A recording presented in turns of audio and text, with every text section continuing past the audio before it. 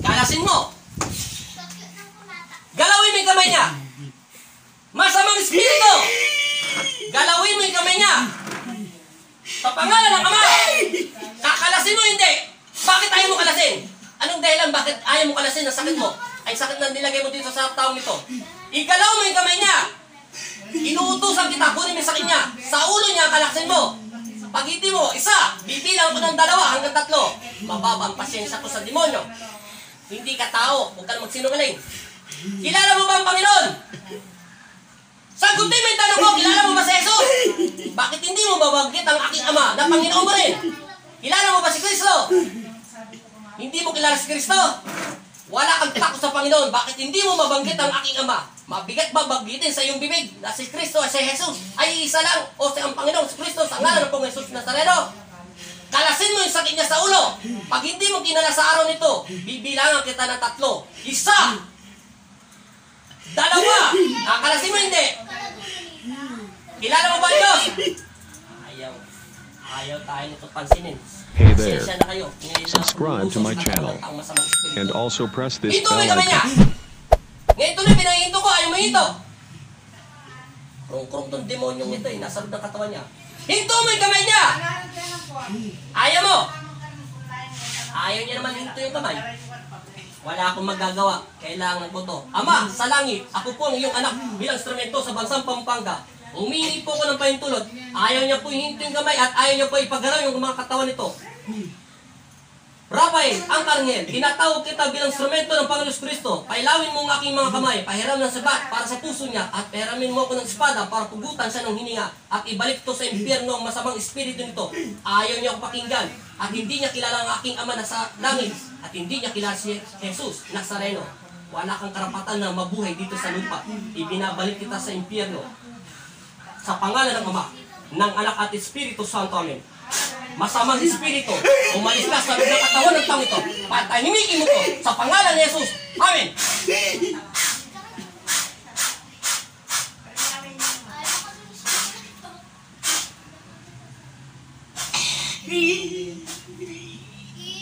Masamang espiritu, inuutusan kita, lumayas ka sa loob ng katawan ng tao ito. Patahimikin mo to sa pangalan ni Jesus. Amen. Pangalan niya. Gumising ka, Rene! Rene! Ano ang pangalan mo? Rene. Ano ang middle name mo? Gutierrez. Apelido mo? Sagad. Kilala mo ba si Jesus? Oh. Kilala mo ba si Kristo? Banggitin mo si Jesus. Jesus! Jesus. Nazareno! Nazareno. Ako po sino? Jose. Sino ang pangalan mo? Rene. Ay nananalig. Nananalig. Nanalig. At sumasampalataya Kaya. sa Diyos amang makapangyarihan. Ama, patawarin mo ako Tawari. sa akin nagawang kasalanan Salamat. sa isip, Sa isip. sa salita, at sa gawa. Nagawa. Amen. Amen. Amen. In Jesus' name. In Jesus' name. Dilet ang mata. Huling tanong, isang sagot lang. Hindi mo ba kilala si Jesus? Tanungin mo ang sagot ko. Hindi mo ba kilala ang Panginoon? Bakit hindi mo mabigkas ang ating Ama? Meron ba pumipigas sa bibig mo? Anong huling alaala mo? Meron ka ba nakikitang kadiliman? Bakit hindi mo mabigkas si Jesus? Kanino ko siya tinatanong? Tinatanong ko ba kung babae ka lalaki? Yung tanong ko sa iyo kung kilala mo ba ang Panginoon? Hindi ka sumasagot sa tanong ko. Naririnig mo ba ako? Nabablang ko ba ang utak mo? Hindi mo alam? Pinakita siya ng Panginoon Kristo.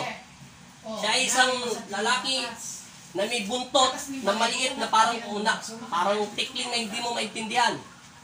Nakasanib siya sa utak mo. Hindi mo ko naririnig. Kasi kung naririnig mo ako, pag sinabi kong pahintuin ko yung kamay mo, hindi ka humihinto. Pag sinabi kong iaangat mo yung kamay mo, ayaw mo iangat. Galaw ka lang ng galaw. Tapos pag sinabi ko naman na angat mo yung kamay mo at dikit mo sa ulo mo, ayaw mo iangat. Tinatanong ko kung babae ka lalaki, iyak ka lang ng iyak para kayo nagawang candy. Hindi mo naririnig ang aking Ama at hindi mo ko narinig kasi hindi mo nababanggit si Jesus. Ngayon, susubukan mo na kita at tumayo ka at subukan mo galawin itong paa mo. Ilang taon mo na ito, matagal na mo sakit, di ba? Subukan mo muna tumayo. Pero bago tapos painumin mo na kita ng tubig. Sige, lakad mo. Dito lang, paikot lang. Ipukpok mo yung sakit mo. Dana, bigyan mo nga ng tubig. Kalahati ng baso. Para sa cake mo. Mabigat magang. Magang na. Hindi katulad kanina. Hindi siya kapre. Alam mo kung kapre siya sa sobrang init. Ano ba lumalabas sa paa mo? Mainit, masakit, malamig? Malamig ang krus. Ito manipis pa to sa posporo. Ang lumalabas sa kanya malamig.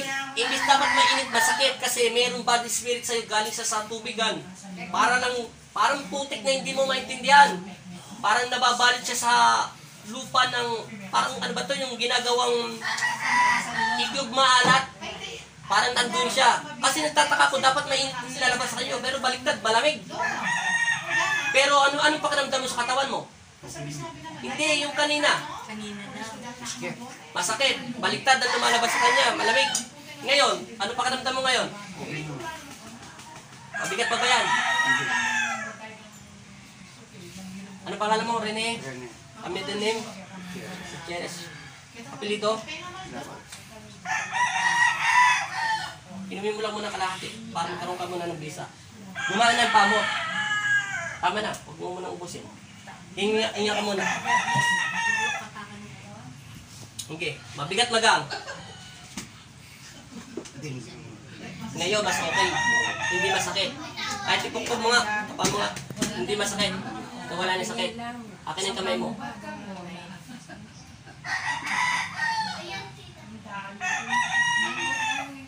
Magdasal ka maigi. May buntot yung nasolve ng katawan mo. Parang galing sa nasa putikan siya. Nakita ko talaga siya may buntot. Hindi mo mabanggit ang Diyos. Kanina pa namin tinatanong. Napapagod na nga ako kasi sigaw. Oh, nanonood sila. Kahit yung asawa mo kanina pa. Tinatanong ko kung anong pangalan ni Jesus. Siyempre sasagutin mo si Jesus. Anong pangalan ni Kristo? Kristo. Dahil di naman yun ang kilala natin. Tinatanong ko kung babae ka lalaki. Paulit-ulit ko lang sinasabi, nagbabago-bago sinasabi mo. Kasi sunod, di ka na gumalaw. Ngayon sinabi ko, igalaw mo yung kamay mo. Hindi mo naman inaangat. Pag sinabi kong hinto mo yung kamay mo, hindi mo rin hinihinto. Ganun ka lang ng ganun, ganun ka lang ng ganun, ganun ka lang ng ganun. Wala, hindi ko taga ako naririnig.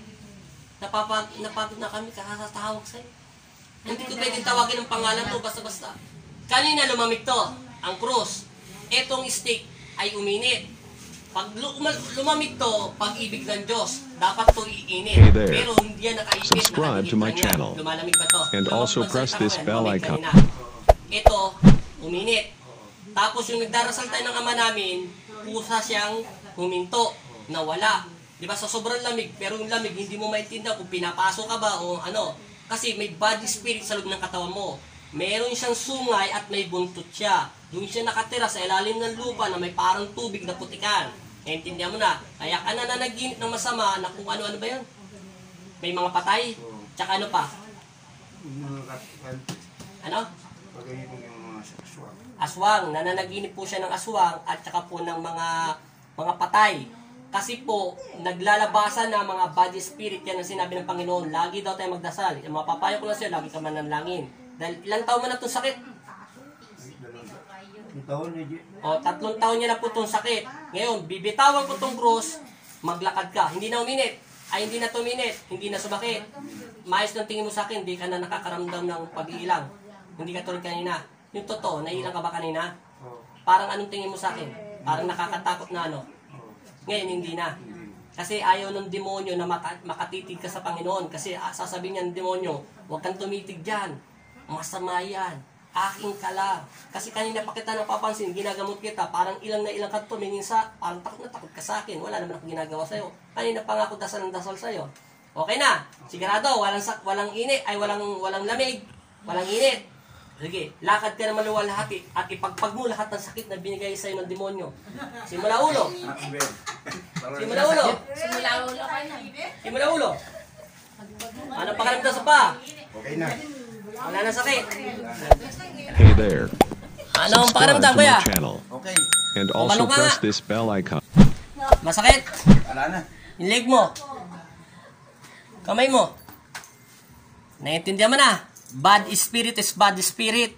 Ginagawa niyan. Tanda mo ha, ikaw ang nagsabi, nananaginip pa ng mga patay at aswang.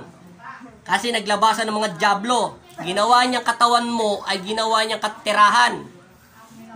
Isang demonyo yung nasa loob ng katawan mo. Kasi hindi mo kilala si Jesus, hindi mo kilala si Jesus at si Kristo, at hindi mo mabanggit ang pangalan mo, at hindi mo kilala kung sino ka. Ngayon, mo? Maraming salamat. 3 years mo na sakit yan. Ngayon ka lang ulit nakalaya. Maraming salamat. Ano masasabi niyo sa Panginoon? Salamat po ha. Lagi kayo magdasal ha. Isa lang si Kristo at si Jesus. Jesus Nazareno. Ha? Amin po. Maraming salamat po. God bless sa inyo.